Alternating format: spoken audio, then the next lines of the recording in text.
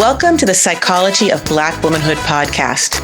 In today's episode, we're exploring the fascinating world of Afrofuturism and the growing awareness of this powerful movement that's been shaping art, culture, and imagination for over a century. From current pop culture icons like Janelle Monáe and Missy Elliott to countless Black women throughout history, Afrofuturism has always been a platform for envisioning a future where Black women's identity, creativity, and innovation take center stage. Guided by Dr. Susanna M. Morris, we'll be digging into the roots of this movement, its evolution, and how Black women have been at the forefront of shaping its vision. Dr. Susanna Morris is a scholar of Black feminism, Black digital media, and Afrofuturism at Georgia Institute of Technology. Along with her latest book project exploring Black women's relationships to Afrofuturism and feminism, Dr. Morris is the co-editor of a book series titled New Sons: Race, Gender, and Sexuality in the Speculative. So stay tuned today as we unpack how Afrofuturism continues to inspire and transform how we think about the future, the past, and everything between. I first recognized the links between the presentations of popular culture figures like Nona Hendryx, Missy Elliott, and Janelle Monáe, and the way they presented themselves in this futuristic representation. But it was only after I visited the National Museum of African American History's exhibit, Afrofuturism, that I really gained a language and understood the history of this culture. It gave me an understanding about the importance of Afrofuturism and how it's really a central piece of understanding the Black experience in America and globally. But I was wondering if you can defining or describing for us what Afrofuturism is. For me, Afrofuturism has a few different facets to it, so I'll give my perspective. I think Afrofuturism is an aesthetic. I think it's an epistemology. I think it's a cultural movement, and I think it spans multiple genres. But primarily, I think at the core of Afrofuturism is this notion that Black diasporic cultures are central to how we understand the future, and I would say the continuance of humanity. Right. So the example that I usually give, like a lay person, just like if I'm talking on the street somewhere, it's like, oh, have you seen Black Panther? It's not the only example, but it's an example that a lot of people have seen. Right. And so I think of like, the spaceships there and how the spaceships were shaped like African masks. Right.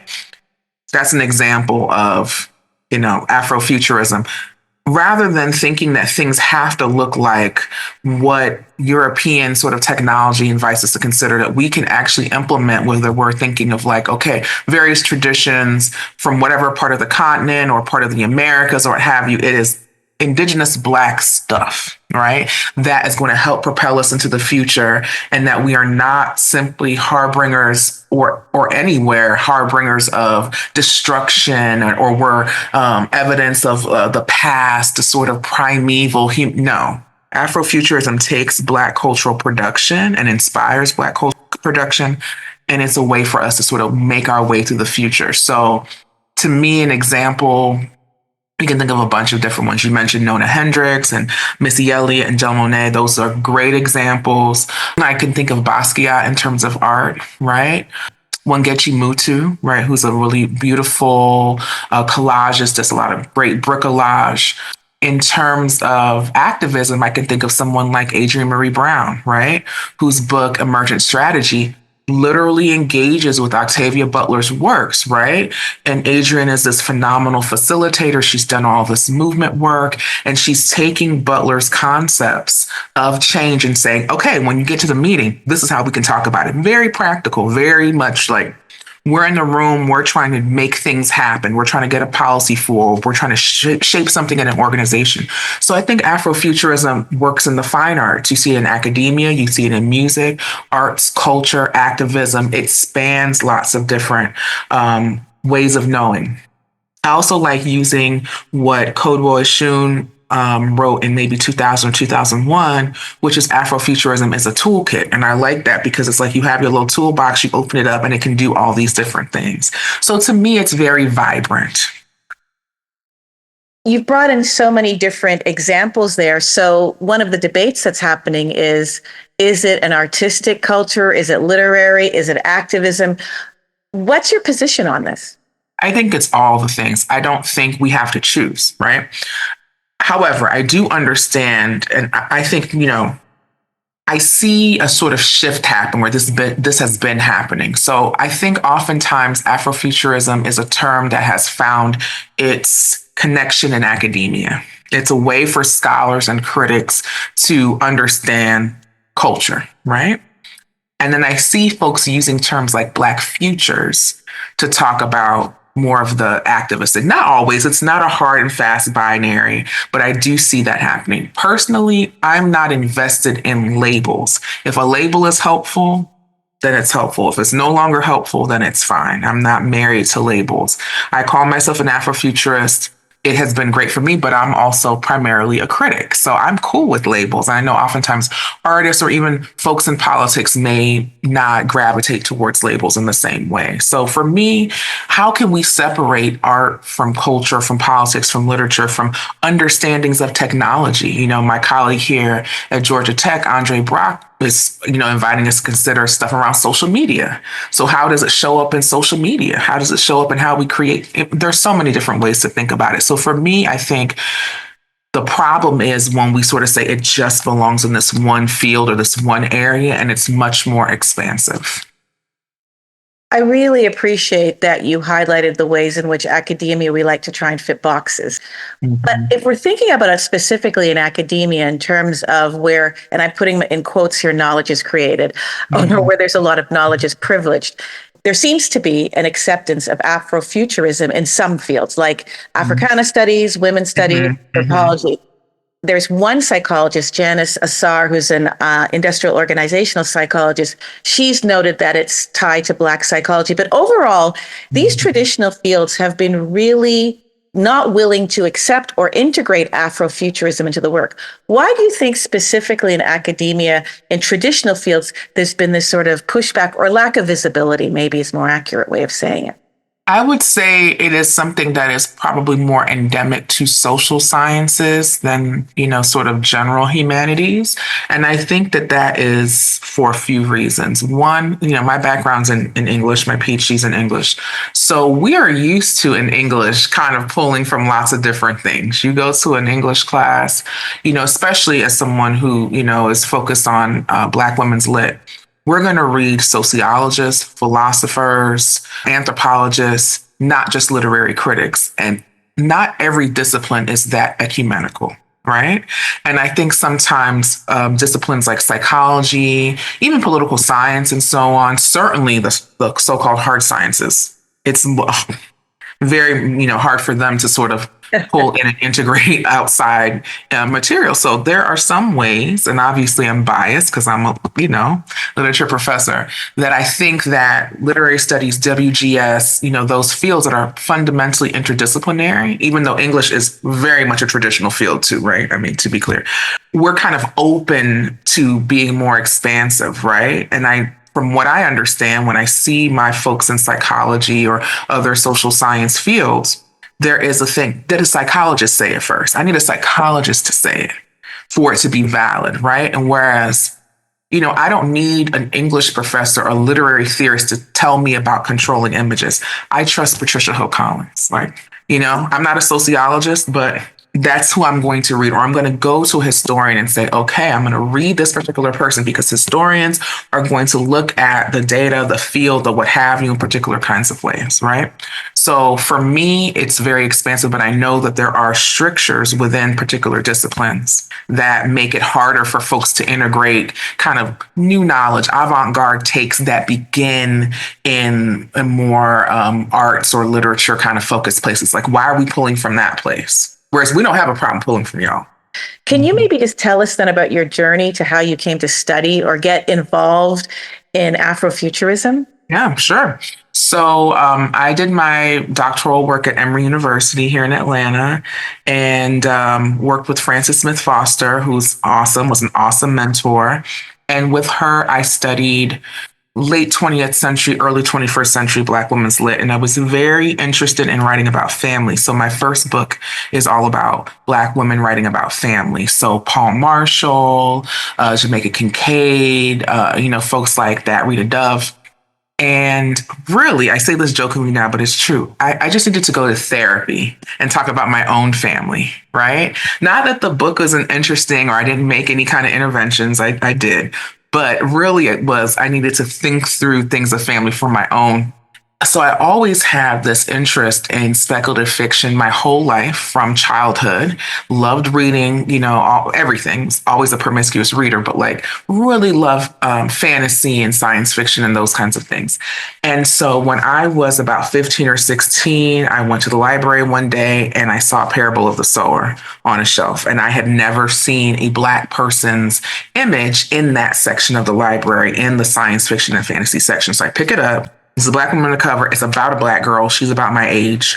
Mind was blown. And so from that point, I was like, oh, Black science fiction and fantasy. But all throughout my, educational journey, science fiction and fantasy were things for fun. It wasn't until I was well into graduate school that my advisor said, oh, yeah, back in the day, I published an article on Octavia Butler. And I was like, really? Because my advisor is an expert in 19th century Black women's lit, right? She's gone into the archive and found all kinds of really important, significant works.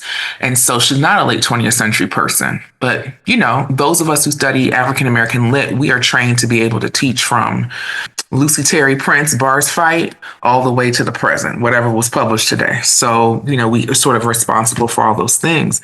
So I had to kind of get out of my own way and sort of say, okay, the thing that I love, the genre that I love, I can actually study.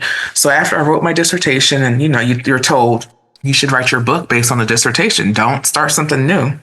It's not terrible advice, but perhaps, So once that was wrapping up, I was like, I really want to write about science fiction and fantasy. And I just been reading, and I came upon this term Afrofuturism, what had been around for a while. At this point, this is like the late 2000s. I had heard the term, but I wasn't calling myself that. I was just hearing it on the internet and so on. And as I did my reading, I thought, I think I'm an Afrofuturist.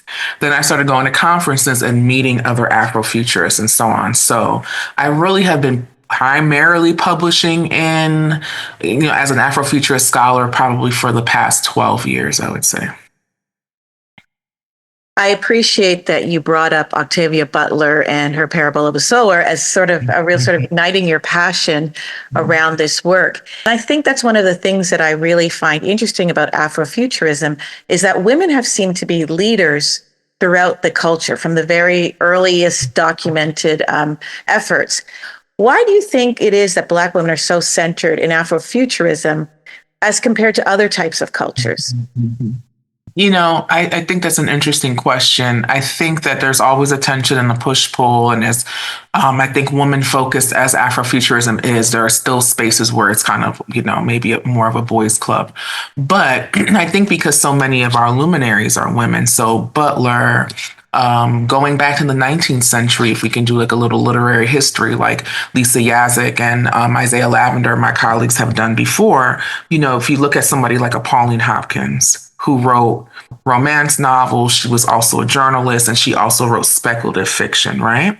I think another text to look at is Ytasha Womack has this very nice primer called Afrofuturism that when I teach classes on Afrofuturism, I have my students read because she goes back further. She's like, let me go to the Dogon people. Let me go, you know what I mean? Similarly, Ronaldo Anderson, who's a big name in Afrofuturism, also sort of goes back in time and situates like, okay, what are people doing on the continent? And so time and again, we just see women showing up. But I do think there are more women telling the stories, right? So we go back to the Afrofuturism listserv from the 1990s and Alondra Nelson, right? And her writing about things, even though that's not necessarily the work that she's doing now, but she was on the internet in the 90s as a part of this conversation. So I think that's part of it is that, I don't know if I would be so presumptuous as to say that we've learned from the history of like the Black arts movement or you know what I mean, where there were women doing things or the Harlem Renaissance or what have you. But sometimes, not always, the voices that are the loudest or the ones that we remember the most are the men's voices, or even when we're sort of recollecting the civil rights movement, whether it's the actual movement itself or the art and culture that comes out of it. Of course, we should talk about Dr. King, but we don't hear Fannie Lou Hamer as much. We don't hear Ella Baker as much, right? And they were very much integral. I want to shift to then your contributions to the field. Can you describe your work around vampires and how it links to Afrofuturism? Yeah, so for me, I'm really somebody who's thinking about the speculative more generally, right? And so I've always just really loved vampires. That's just like my own little hobby horse. Like I just, when the original Interview with the Vampire film came out in the '90s, I was a young person. I remember going with my homegirl, girl, we got to go see Interview with the Vampire because I had been reading all of these books and everything, and it was like, ooh.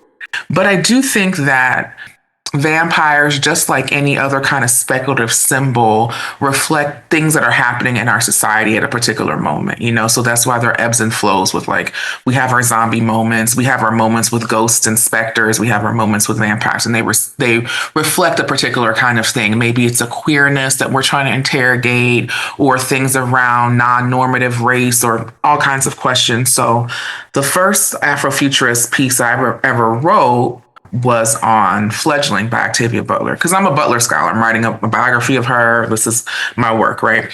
And so that sort of started then, where I wanted to think through, okay, Butler's last novel is this vampire novel, and it's really different from traditional vampire novels, but it's very much in line with the vampire text that Black people create. So, before that, a decade before, we get Jewel Gomez's The Gilda Stories, right? Which is also a vampire text. So there are different ways that I think Black folk are sort of thinking through these questions of the vampire and getting us to rethink who is the monster, who is really monstrous, right? Oftentimes Black folk we're the ones who are considered debased. We're denigrated, literally in the title, denigration, right?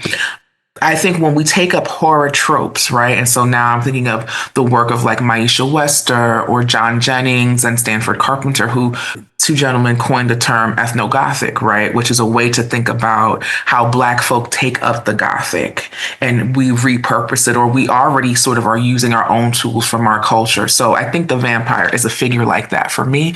And also, every culture or every kind of region has their own vampire.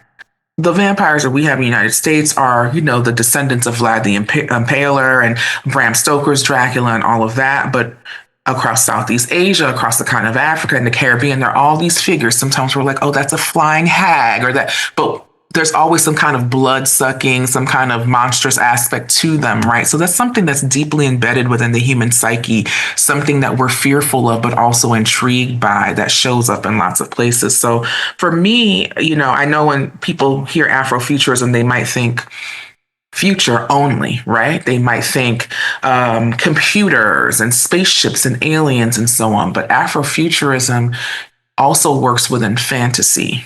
And it gets us to rethink what we think we know about what we know, right? So if the vampire is a monstrous figure, but if Butler's vampires are, they are a little monstrous, but they want to be daywalker, what would be helpful is the question that Butler asks.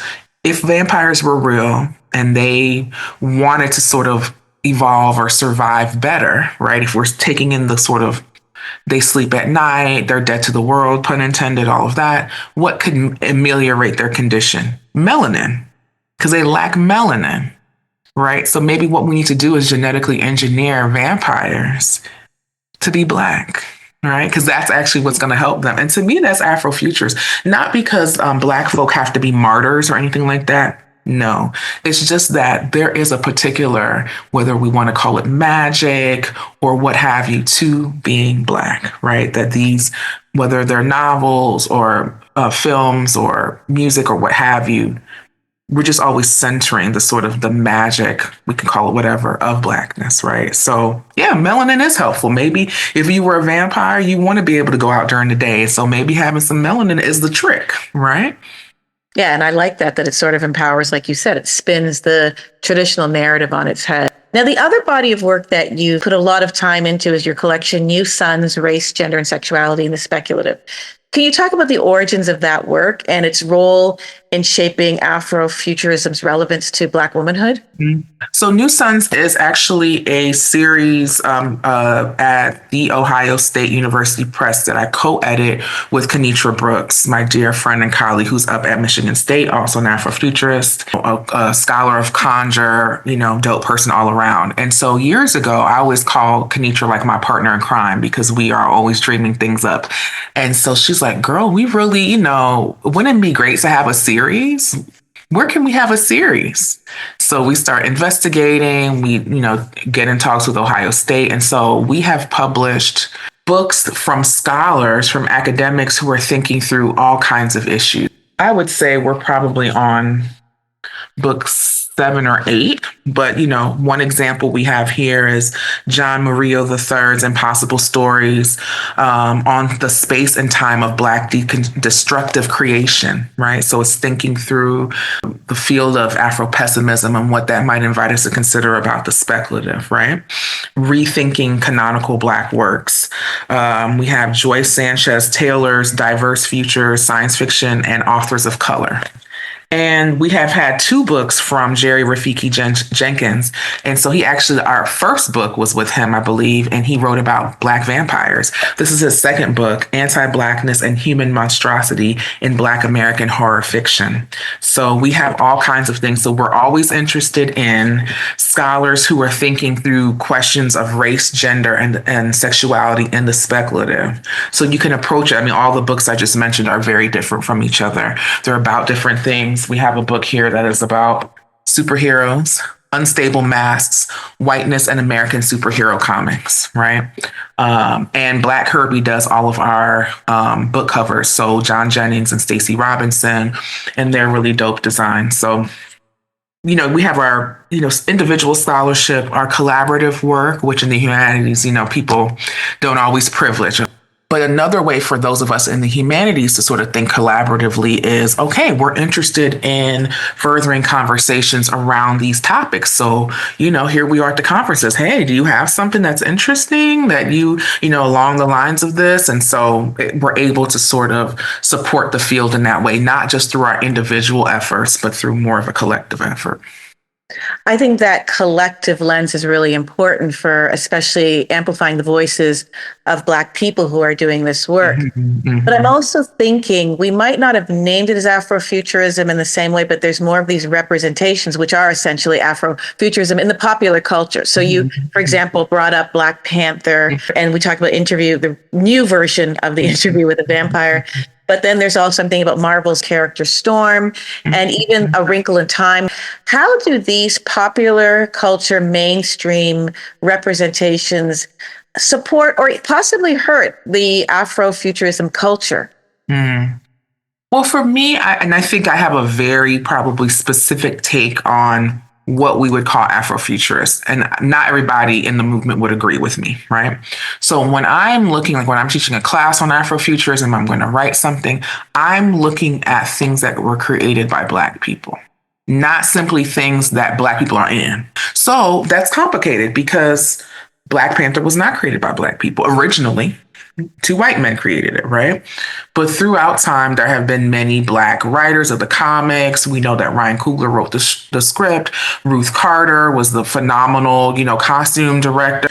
And I think especially for those of us who are descendants of formerly enslaved Africans in the Americas, we have that kind of syncretic hybrid. We can't really be a purist about things often, right? Because you scratch the surface and it's like, oh, there are all kind of things going on, right? So on the one hand, I want to privilege the work of Black folk because oftentimes our stuff is just not privileged, right?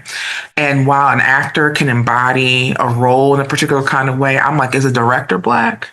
Is a screenwriter? What does that mean? And there's so many different ways to be Black. So Black does not equal XYZ, right? But as an African Americanist, right, who I look at Black stuff, that's my job. I want to see, okay, so how do Black folk come up with these things, right? How are they engaging the culture? So, in my classes in the past, I have, taught Black Panther because that's something that the students would be like, oh, I watched that with my family. Okay, well, let's rewatch it under a different lens, or let's read this comic book. Maybe you read comic books for fun, but like, let's think about rethinking whatever you've been reading, or having folks take something like Victor Laval, the Ballad of Black Tom, which engages with, reworking, rethinking, old racist tropes. Okay, let's read H.P. Lovecraft, right? Who he's riffing off of, and let's see how he's sort of engaging with it, or the work of like P. Jelly Clark, right? Sort of how he's sort of thinking through rethinking the genre of like race horror and ring shout. So I really want to look at Black folks' creation. So I love Storm Down, right? But I would be interested in Misha Green or Ava DuVernay, or who was the sister who directed the new Candyman. DaCosta, her last name is, I believe. I want to see those folks doing the things, and then I want to talk about that versus maybe one kind of singular expression from a quote unquote mainstream director or artist or what have you. So where do you think the field is shifting towards in terms of Afrofuturism gaining greater attention and understanding with the new generation? Well, I think when things become brought into the sort of fold of mainstream society, there's often a reckoning, right? It's like, is it losing? Is it diluting, its original kind of message on the one hand? On the other hand, Butler tells us that the only constant we have is change. Everything's changing, right? God is change. That's what she says. I don't think we can be like so strict about like, oh, it can't change. So I think on the one hand, we're sort of watching out for co-optation and dilution, and on the other hand, being open to things changing and evolving. And I'll also share, like, since we mentioned Black Panther, which I think was fun. I went to the movie theater a bunch of times to see, and I dressed up. I had my mud cloth on and everything, and I live in Atlanta, so it was a whole fashion show. But I hear the critiques, whether it's from folks in the Americas or folks on the continent who are like, I'm not really sure about how African cultures are being depicted, or the types of actors. There's all kinds of conversations one could have. But recently, fall of 23, I taught a class here, and I had students, the entire class was on Afrofuturism. It's called Afrofuturism. And so I had them watch Black Panther. And it was so interesting to hear their critiques. They liked the movie or didn't like the movie or what have you, but it was not what I was getting a couple years ago, which was, we're just glad to get this representation. Wow. The students had critiques with the depiction of gender, or I'm not, why does Wakanda look? They were engaging with it. And I think that's the good thing when something becomes more accessible. Maybe popular is not the right word, or normative, although I think those things too, but accessible. You can have an access to Disney and Hulu through your parents, your partner, your friend, or whatever. It's not hard to find these things. It's not like years ago when we were scrounging for things. Now you can go on Amazon and order. So I think that does change things and it can make things more rigorous. Maybe it's a good thing, maybe it's not, but we're having these conversations.